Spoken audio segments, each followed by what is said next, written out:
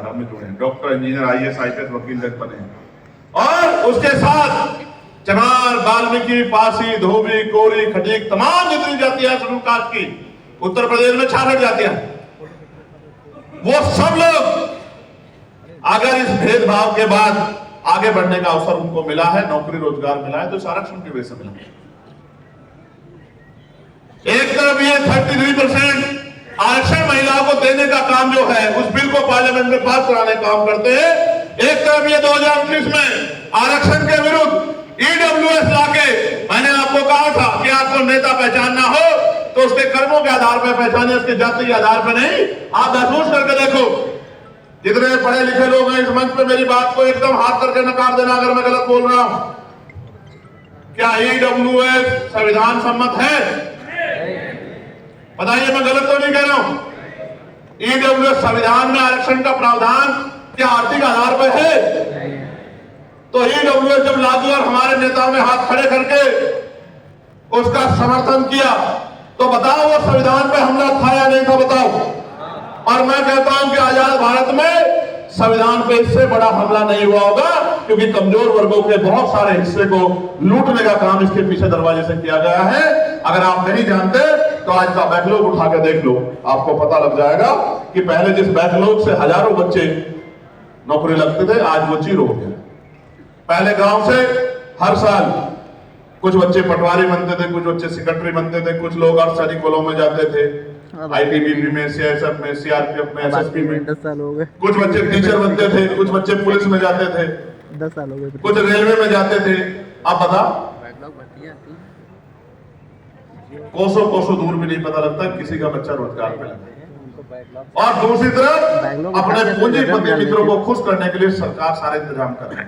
मैं ये बताना चाहता हूं, जब मैं भविष्य की तरफ देखता हूं और मैं बुद्धिजीवी की तरफ देखता हूं, तो मुझे महसूस होता है कि हो सकता है आने वाले 10 साल के बाद सरकारी नौकरी नाम की चीज भी ना हो। और जिस दिन सरकारी नौकरी चली जाएगी, आप मेरी बात को याद रखना, फिर आप थाने में, कचहरी में, किसी दफ्तर में न्याय मांगने जाओगे तो न्याय की जगह आपको जूते लगने का काम होगा, क्योंकि आज सब कुछ होते हुए न्याय नहीं मिलता। आपने देखे क्या हाल है उत्तर प्रदेश की सामंतवादी सरकार क्या कर रही है? कितने ही लोग, कल एक वीडियो वायरल हो रहा था, एक अध्यापक को, वो वीडियो तो पुराना 2018 का, पुलिस के लोग थाने में पीटने का काम कर रहे थे। कितने ऐसे जनाजा रेप होने के बाद, हत्या होने के बाद। और मैं तो गजब की बात पढ़ रहा हूं, पिछले 3-4 घटनाएं ऐसी हुई जिसमें मार के लटका दिया गया और पुलिस ने उसका खुलासा किया है कि उसने खुदकुशी कर ली। और कोई अगर परिवार का व्यक्ति पूछ रहे कि तथ्य क्या है साहब, किस आधार पर, तो पुलिस के लोग गुर्रा कहते, बताओ तुझे भी, तुझे जेल भेज दूंगा। और बेचारे गरीब लोग चुप हो जाते हैं कि जेल में जाना पड़ा। कई ऐसे मामले हैं जिनमें पुलिस की पिटाई से लोगों की जान गई और उनपे एक ही लाइन लिखी आती है अखबार में कि सीने में दर्द होने से जान गई। आप समझो, IPS साहब, पूर्व IPS साहब यहाँ बैठे हुए हैं, उनका अनुभव बड़ा है इस मामले में, लेकिन मेरे पास भी अनुभव है। हालांकि मैं पुलिस का सबसे बड़ा हिमायती हूं।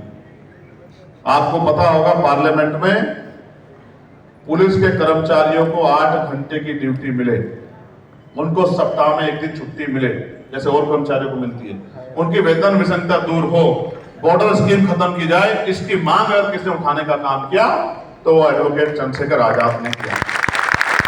और सिर्फ काम ही नहीं किया, मैं जिस कमेटी में हूं, हमारे साथी जानते हैं, रिपोर्ट बन रही है, अगले 2-3 साल के अंदर रिफॉर्म होगा और पुलिस के भाइयों की भी जो समस्या है उनको भी हम लोग खत्म कराने का काम करेंगे। ये भी मैं आपको विश्वास दिलाऊं। तो देश में चाहे निजीकरण के खिलाफ लड़ाई हो, समाज को बेचारा आराम से घर बैठा, रास्ता कौन दिखाता है? ये प्रबुद्ध समाज, कि भाई ये है, जैसे 200 पॉइंट रोस्टर को हटा के 13 पॉइंट रोस्टर आया, किसने रास्ता दिखाया? प्रबुद्ध समाज, दुश्मन ने नहीं दिखाया। जैसे SC/ST पे हमला हुआ, किसने रास्ता दिखाया? प्रबुद्ध समाज। जैसे निजीकरण के जरिए आरक्षण खत्म किया जा रहा, कौन चर्चा कर रहा है? प्रबुद्ध समाज। इसी प्रबुद्ध समाज को कह रहा हूं कि 2027 में 15 साल का सूखा हो जाएगा हक वंचित समाज के, वैचारिक समाज के ऊपर, 15 साल का। और 15 साल में तो बड़ी से बड़ी बिल्डिंग है, उसकी मरम्मत ना हो तो वो जर्जर हो जाती है। आप क्यों नहीं उठ के जागते हो यार? क्यों नहीं जागते हो? क्यों नहीं समझते हो कि इस 15 साल में आप 30 साल पीछे चले गए और अगले 5 साल और लगे तो आप 50 साल पीछे चले जाओगे? क्यों नहीं समझते? इसलिए आपको जगाने और इनको समझाने के लिए निकले हैं कि जागे हुए लोग इन संघर्ष करने वाले लोगों को रास्ता दिखाने का काम करते, तो बात आगे बढ़ जाए। प्यारे साथियों, बात मुस्लिम समाज की हो रही थी।